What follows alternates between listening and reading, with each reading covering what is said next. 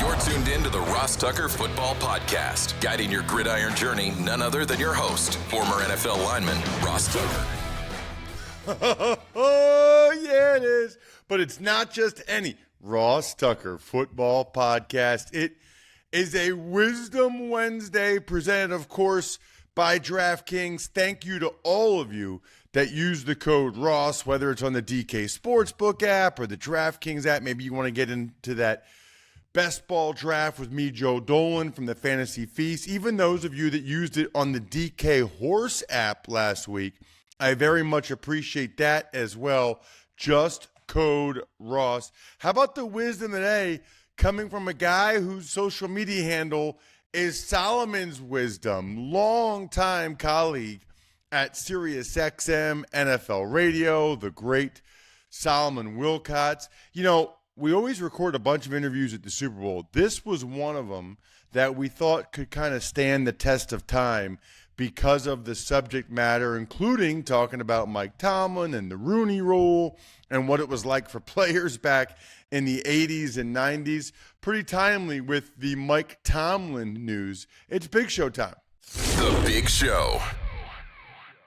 You know, I haven't had a chance to talk with my next guest for a while. I hear him in the morning sometimes on SiriusXM NFL Radio, Channel 88. Has, by the way, one of my all-time favorite social media handles, at Solomon's Wisdom. I'm talking about the former Cincinnati Bengal. Obviously, everybody hears him on SiriusXM NFL Radio every morning. A longtime broadcaster, played in a Super Bowl against the Niners, so you know a little bit something about that. Check him out on social media at Solomon's Wisdom. I actually have a bunch of things I want to get into with you, Sally, but I want to start with this. What do you have going on with Dr. Chad Hansen, knee cartilage repair using your own cells? Because I'm fairly confident, especially in my right knee, that I'm going to need that sooner rather than later. Yeah, that's a lot of us ball players. And obviously weekend warriors, roughly about 12 million people going to their doctor every single year, sort of complaining about some kind of knee pain. About half of those people end up having some kind of cartilage damage. Well, what if I told you there was a treatment where they could use your own cells, your own stem cells, to grow and repair your cartilage damage, to keep you from deteriorating and becoming bone on bone, for instance. And it's called MACI. And MACI is a procedure where they go in and they pull out the healthy tissue. They put it on a collagen membrane. They literally grow it. And then they go back in and reinsert it. It adheres to the healthy tissue and to the bone. And voila, you have healthy cartilage. And so it's a real innovative treatment. It's been around for over 10 years, and it's been approved for the knee only, but ages 18 to 55. So we're here to tell people about that. Dr. Hansen's going to be joining me here on Radio Row a little bit later in the day. Awesome. Maci.com, MACI.com. You know, it's interesting, Sally, because I've known you for so long. You know, you're one of the people I want to talk to about, in particular, minority head coach hiring in the NFL, because I've actually seen some of your recent shows where you had Bill Rhoden on. And you guys were talking about that. You know, I feel like the years when there's not a lot of progress in that area, we hear a lot about it. I feel like, you know, how many? So Antonio Pierce, Jerod Mayo. Yeah, we've had four minority coaches, and Dave Canales, obviously, of Latino, Latino background. And so you have four minority coaches that have been hired. There were 8 vacancies. And I think you have to be really impressed with that. And you listen to Bob Kraft. He said that he was very intentional. He wanted to hire an African-American head coach, and that's Jerod Mayo. Now, he feels very comfortable with Jerod Mayo because he played for him, coached under Belichick for all those years. But I think that's high praise. When you have someone like Jerod Mayo, who Bill Belichick had to talk into coming into coaching, spoke to his wife and said, look, this guy was born to coach. And then he ended up, the Patriots run one of the most complex defenses known to man. It confuses quarterbacks. And as one quarterback said, he was seeing ghosts, right? And so if you have been hand chosen by a Bill Belichick and a Bob Kraft, I think that speaks very highly of you. So we have high expectations for Jerod Mayo. We have high expectations for a lot of these new head coaches who are getting opportunities. But that's a situation where he's coming in and he is filling in behind Bill Belichick. Yeah. After 24 years and 6 championships, big shoes to fill, high expectations, but the opportunity is really what we're talking about, Ross. It's funny because I was critical of the Patriots in the sense that I feel like I would have interviewed, like, even if I knew I wanted Mayo. Yeah. I feel like I would have interviewed other guys, number one, to hear what people outside of the building thought of the Patriots franchise and what we're doing right now. Yeah. And number two, so that if I eventually hire Mayo, which they probably would, you could say, hey, we talked to Ben Johnson, we talked to Bobby Sloan, but this guy was the best. But to your point, they must feel really strongly about him to hire him like that. But here's my question for you. I feel like we haven't heard that much about the increase in minority hiring. You said it's a positive and a good thing. Do you feel like we hear more about it when we don't have that kind of progress? I do think it's one of those deals where they say squeaky wheel gets the oil. When things aren't going well, right? That's when things get more attention, yeah. Right? When things are going well and progressing, I do think there's people like Bill Roden. There are some people who are great journalists. They are sort of the custodians of truth, if you will. They are going to eventually tell these stories and say, hey, here's where the league is now. Here's the trajectory of increase in minority hiring. Here are the opportunities that have been afforded to young men who have really worked a long time. D'Amico Ryans 1 year ago, and look at how he's done. So along the way, there will be some accounting, right? There will be articles and stories that are going to, I think, be more positive. And so we'll hear those. But you're right. Right now, if the hiring wasn't to the liking of some, I think there's no doubt you would be hearing that a lot more. You know, I guess I feel like, Solly, we'll really have progress when the Rooney Rule will no longer be necessary, if that makes sense. Yeah. What I see, I'm curious your opinion on it. Yeah. I guess I see some of these teams, and they interviewed minority candidates that I don't think anybody really thought had a great chance to get the job, right? Yeah. And I wonder how you how you feel about that, and if you think the Rooney Rule is still a real positive. First of all, these regulatory guidelines, we hear about these in society, and we just want people, might take a more conservative approach. So we don't need any regulations. Right. Well, regulations is like a 4-way stop sign. You come to a 4-way intersection in the road, and there's a light that says you have to stop. We're going to control the way that traffic flows through this intersection. Right. Because guess what? It's for our own good. Right. And if we could be trusted to do right all on our own, right? No, we wouldn't need those regulatory guidelines. And that's across every industry, right? And what it does, Solly, which I really like, is it slows down the process a little bit, which I think has been a positive. I would like to see it even be slower. Like, to me, like Ben Johnson having to have 4 interviews to 2 days before the Lions were playing the Bucs. Like, what are we doing? That doesn't serve him well. No. It doesn't serve the Detroit Lions well. Really, it doesn't serve the teams that are trying to vet him well. Yeah. This stuff, it really needs to hold until after those real critical games have been played. Now, if you're going into the Super Bowl, you still have that week off. Right. And so you can kind of get it done there, and everyone can kind of jump in there at the same time.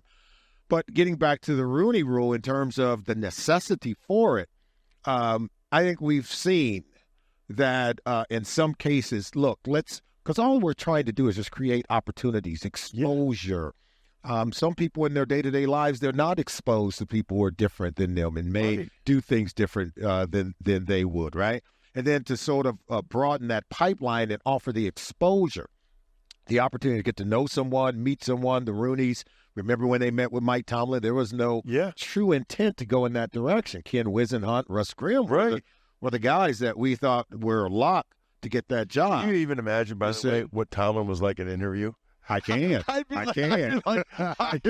Hire this guy. I mean, and that's what we're talking good about. In those settings that it's like, bam, that's the guy. And that's the exposure that we're talking about. And it's not about his charisma as much as it is his command of the language, his ability to lead other young men, be believable. You just heard Art Rooney the second say that his message still resonates with his players. I've been in the room where he's spoken to his players. He can move the room. You and I both know that's a critical component to coaching. Yeah. Because you got 53 guys that if you've lost 3 in a row, what are you going to say now, Coach? He seems to always be able to have something to say, but more importantly, he understands the X's and O's of how to put together a scheme to be able to accomplish that. But most of our game, as you well know, it's about motivation, right? Right. It's not about how to, it's about want to. Right. How bad do you want to get this done? And if you could tap into that as a human resource, then you got your guy. I think, Sal, you made an awesome point about, it gives them an opportunity to get more comfortable with them. And that's a big reason for Jerod Mayo. Yeah. To be honest with you, if you and I didn't go way back and I hadn't known you for a long time, if I had just met you for the first time here, I would be a little bit less comfortable even asking you some of these questions. Some of these questions, that's you know exactly what I mean? right. That's but right. because I've That's known you for so long, we've done shows we together. can go there. Right. That's right. And I That's say right. the same thing all the time. Like when I have Booger McFarland or someone like that I'm like friends with. Yeah. That's a really key component in life. It seems like you'd be unlikely to hire someone that you're not comfortable with on some level, right? I could share this with you. When I was a player, back then the money wasn't enough to sustain you. And so I was in a management training program. I worked every year in the off season. And it was in a management training program at an insurance firm. And I remember going through training, and we were doing the HR training. I remember we were having dinner with some of our senior executives. And I asked them, I said, look, I felt comfortable that I could ask this question. If I lost my job, I still was playing in the NFL, so I could survive. And I asked him, I said, what is the greatest concern with hiring minorities in the corporate space, right, in the private sector? And he said, that's a really good question. He said, you sure you want to hear this? I said, no, I really would like to know. I said, this is something that we should know.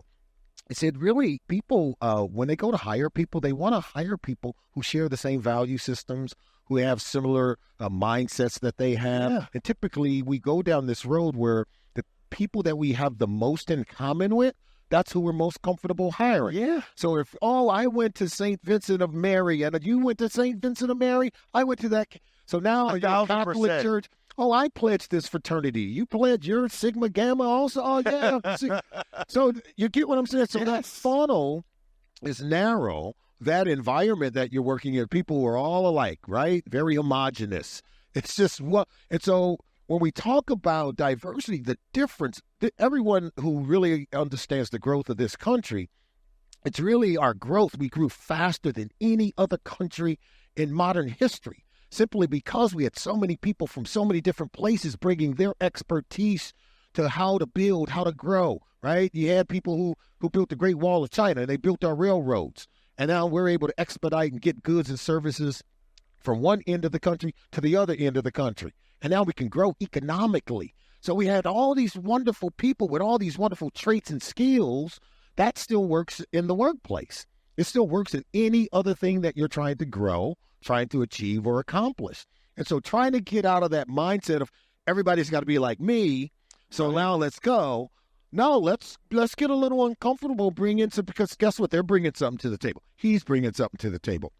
She is bringing something to the table. Yeah. You see? It's so true, because I have a couple small businesses, and like when I see interns, if they're from where I'm from in Pennsylvania, it's almost like I feel like I kind of already know them or know something about them. It's easy, too. It's easy. It's easy. It's easy. Yeah. Now, I wanted to ask you also, Sally, I thought Jerod Mayo said something interesting, and you had this on one of your shows, where I want to say maybe, and I've heard this, other people say this recently, Robert Kraft might have said something like, he doesn't see color or he's colorblind or something like that. Yeah. And then Jerod said, well, I do see color, because if you don't see color, you can't see racism.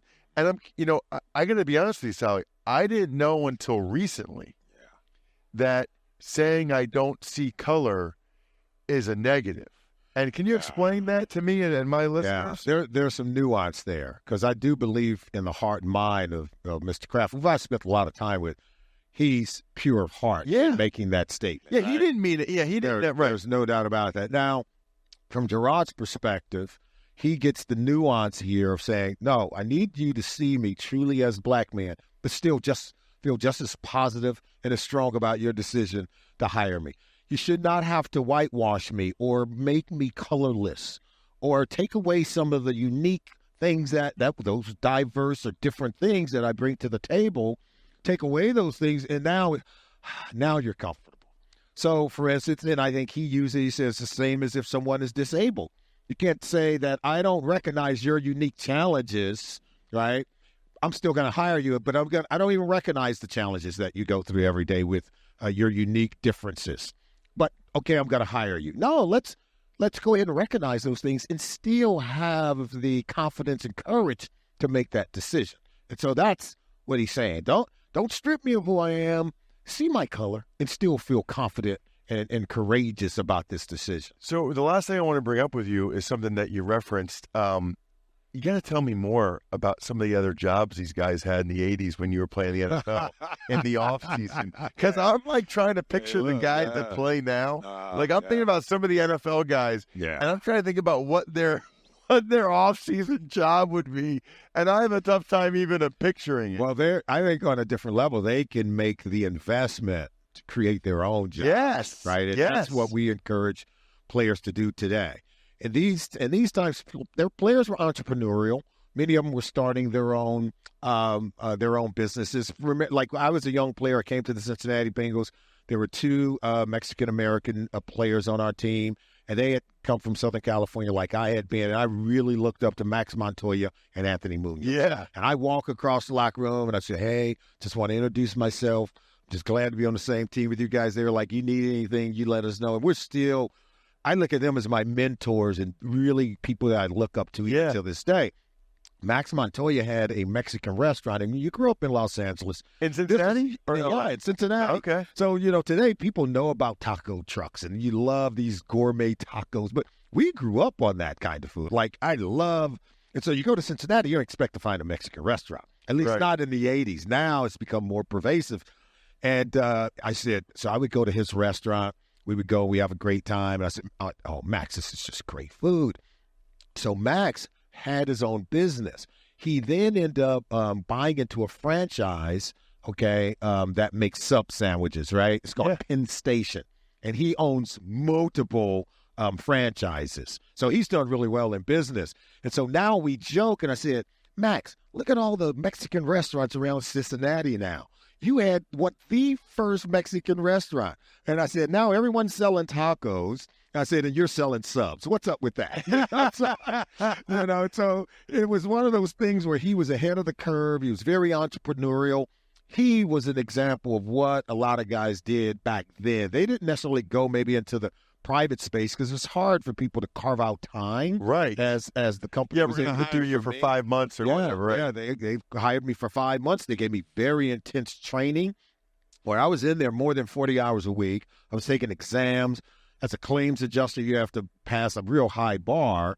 There's a lot of legal concepts that you have to understand. But I was in there every day doing the work, settling claims, writing checks, and all of those things. And then I'd go back to playing football. Then as soon as football was over, then I'd go into the underwriting department, and I began learning how the underwriting process. And that's when I first became really conscious of data analytics and how it helps us to make better decisions, more informed decisions. Yeah. Like there's a reason why you pay a different price. Your premiums for your car is different than my premium. And that's the only price that we pay where our prices are different per person, and we don't haggle.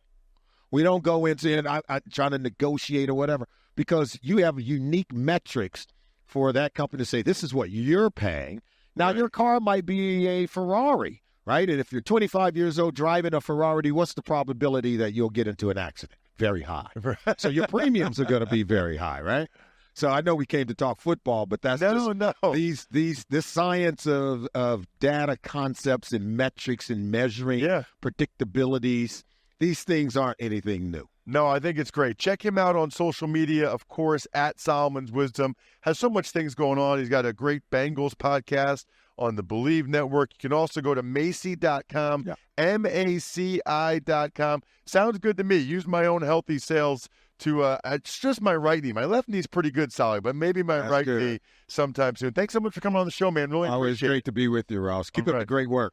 Really appreciate Solly and always have, just like I really appreciate Labatt Blue Lights and always have. Drink them with your friends, family, while you're living life to the power of we.